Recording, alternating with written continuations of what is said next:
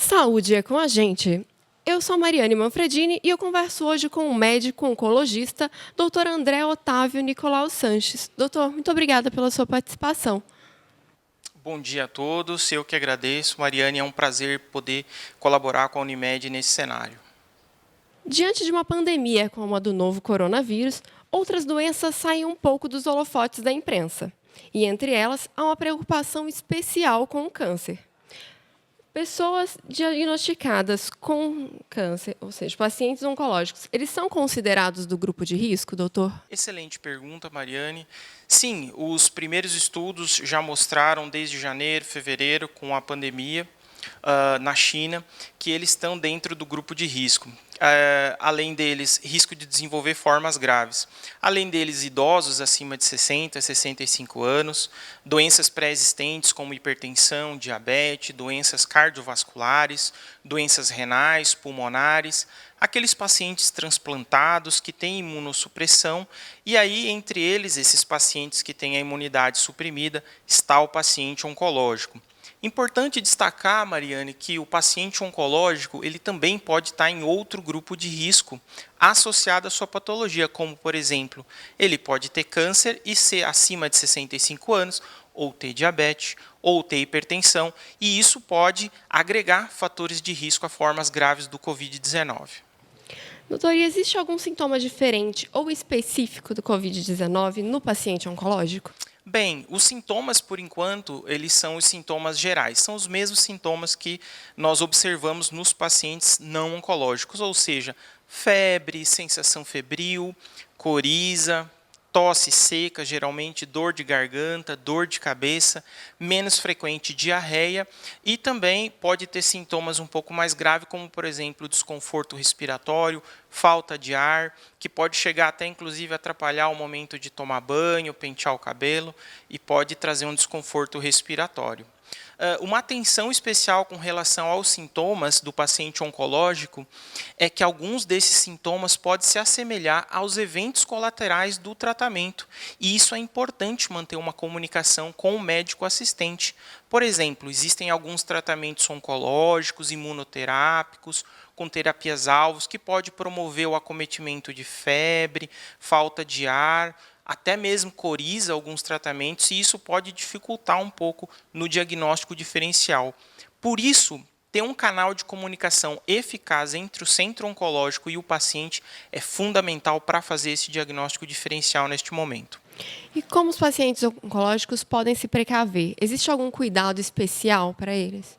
As recomendações também, por enquanto, segundo os dados atuais, eles são recomendações gerais, como o distanciamento adequado, mantendo 1,5 m a 2 metros entre as pessoas, evitar o contato físico, evitar aglomerações, promover o distanciamento social físico, principalmente evitar contato com pessoas que tenham sintomas gripais ou que estejam em investigação de Covid-19.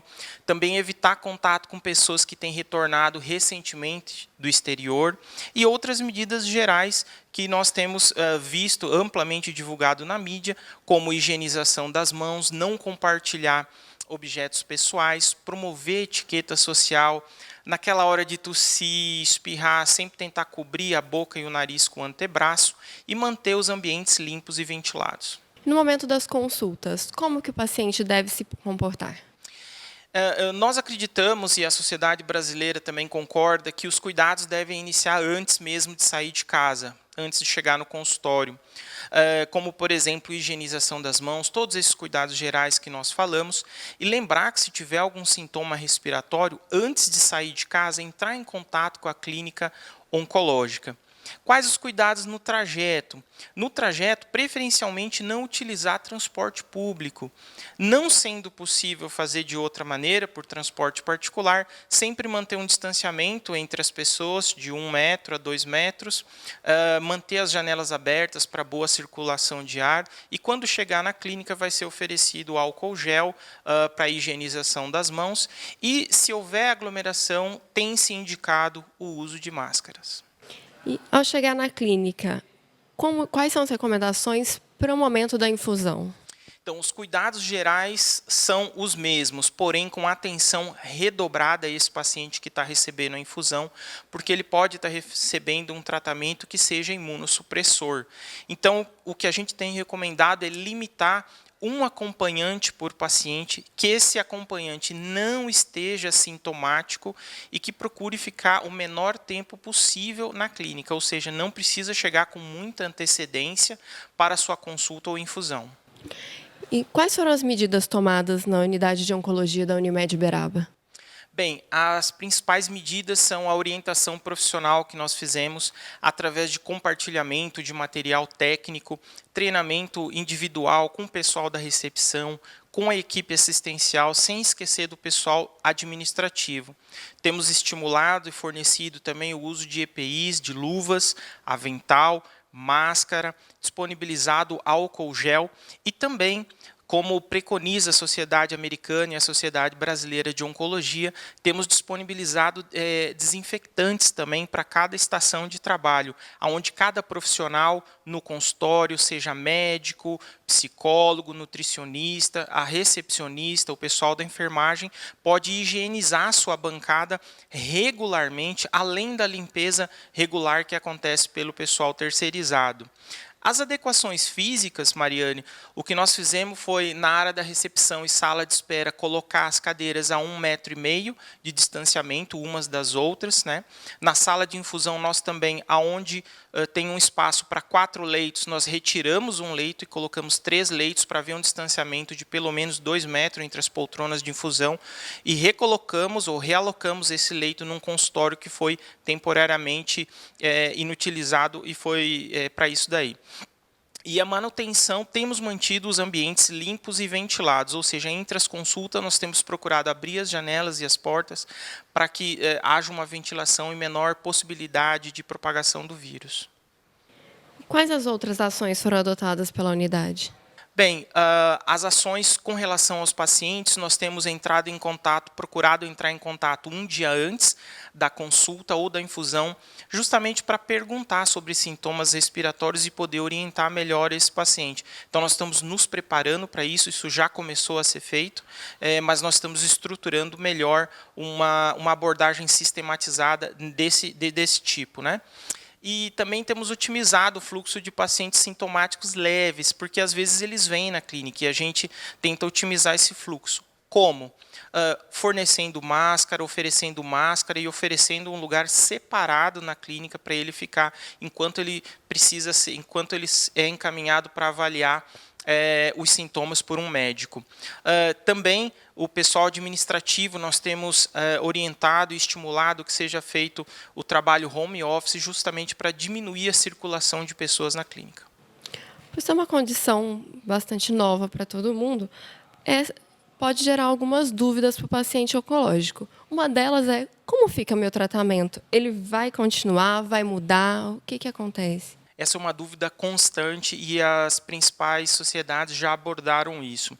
De maneira geral, não é recomendado interromper o tratamento, a não ser que seja por uma indicação discutida, avaliada, individualizada com o médico assistente desse paciente. Ou seja, existe a possibilidade de postergar ou adiar o tratamento? Sim, mas o médico deve considerar o diagnóstico de câncer, que tipo de câncer é, como ele está e os objetivos do tratamento. Pode também, as sociedades também estimulam e trazem ao debate a questão da modificação do tratamento. Por exemplo, discutir com o paciente terapias ou alternativas menos tóxicas, ou até mesmo trocar a via de medicação de um medicamento endovenoso para um medicamento oral. Em alguns casos que isso é possível, tem sido estimulado pelas sociedades, desde que não atrapalhe ou desde que não comprometa a eficácia do tratamento do paciente. Em relação às consultas, elas devem ser reagendadas ou elas permanecem acontecendo? Boa pergunta também. As consultas, de maneira geral, não devem ser interrompidas, principalmente por conta própria. Qualquer segmento, qualquer agendamento prévio não pode ser interrompido, porque isso pode prejudicar o planejamento do tratamento do paciente. O que se recomenda é que, em alguns casos, discutido com o médico de maneira individual, que as consultas possam ser espaçadas. Então, aqueles pacientes que estão sendo vistos toda semana, cada 15 dias ou todo mês, ver a possibilidade com o médico, avaliar essa possibilidade que as consultas sejam espaçadas. Inclusive, consultas intermediárias por telemedicina ou por telemonitoramento. Isso foi recentemente alvo de uma portaria do Ministério da Saúde, a portaria 467, de 20 de março desse ano, que dispõe em caráter excepcional e temporário o uso da telemedicina para esse fim.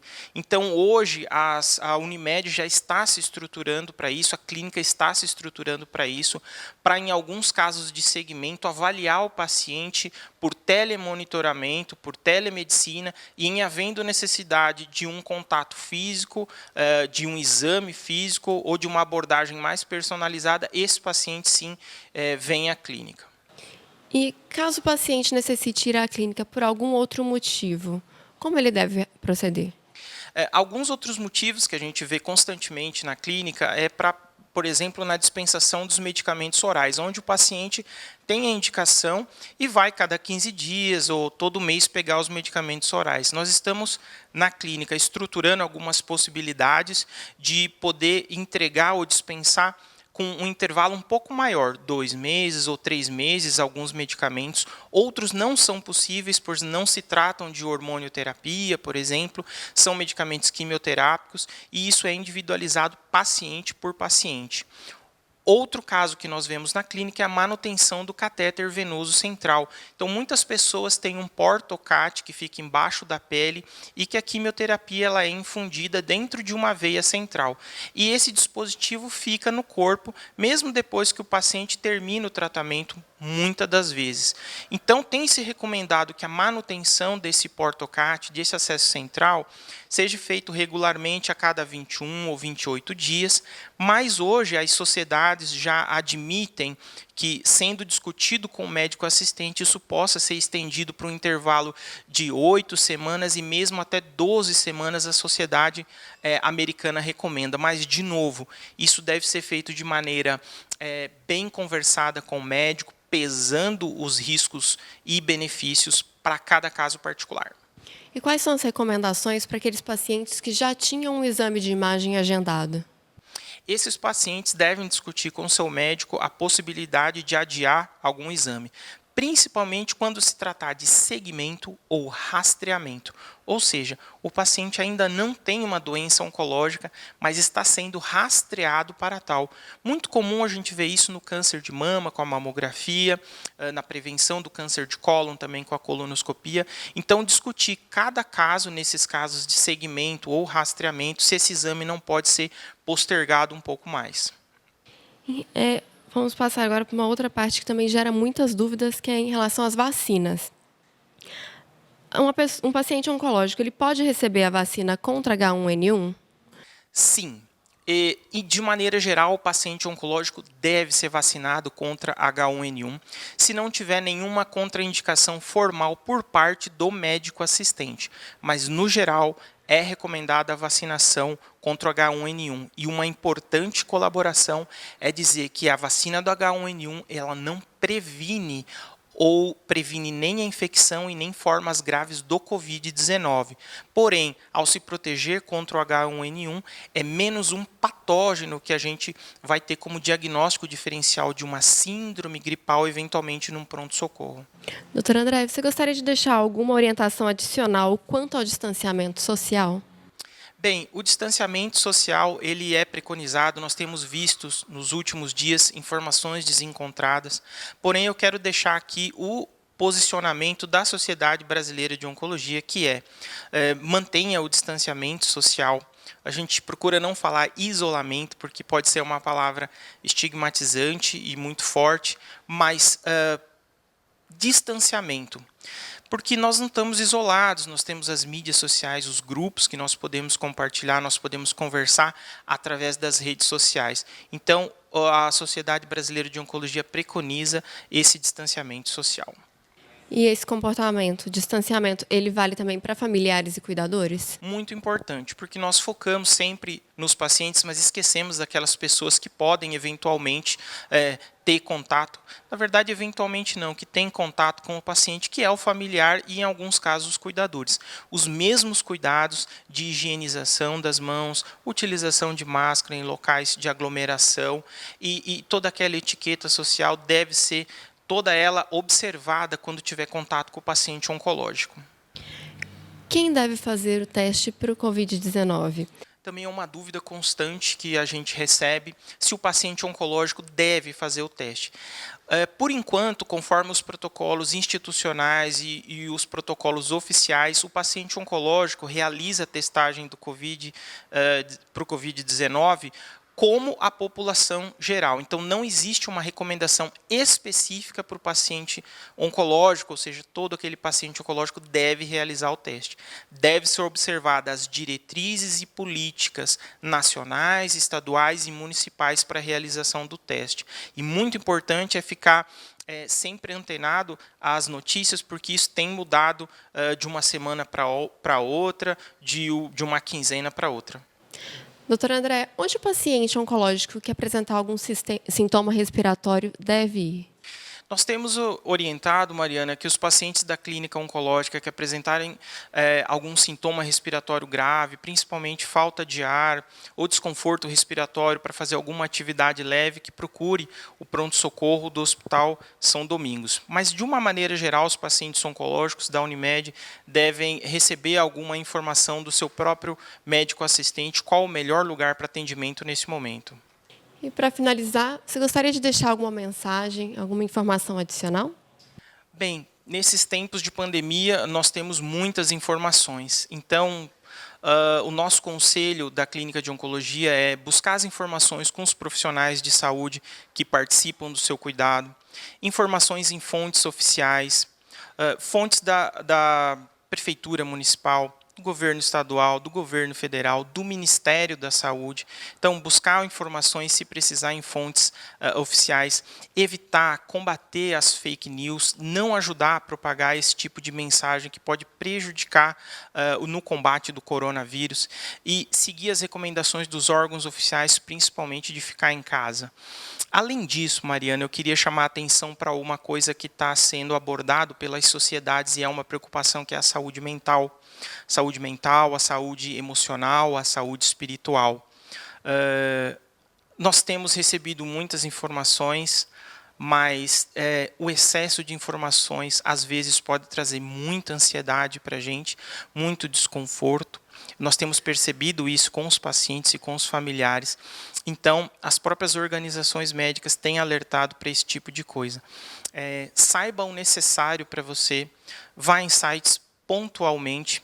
Inclusive, tem-se falado para evitar algumas mídias sociais por algumas horas por dia que nós estamos em isolamento, pois isso pode trazer muita ansiedade nessa enxurrada de informações que a gente tem. E uma outra coisa que eu queria deixar para vocês é que nós não podemos perder a fé e a esperança nesses momentos, em meio a essas dificuldades.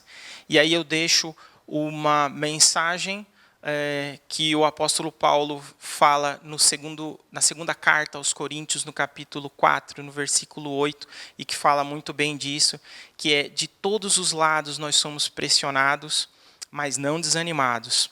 Ficamos perplexos, mas não desamparados. Somos perseguidos, mas não abandonados. Abatidos, mas não destruídos. Então, pessoal, paciente oncológico, aquele que me assiste, vamos passar por esse momento sem perder a fé, sem perder a esperança, nessa enxurrada de problemas e de informações, e saber que juntos nós podemos passar com fé e esperança por esse problema. Muito obrigado.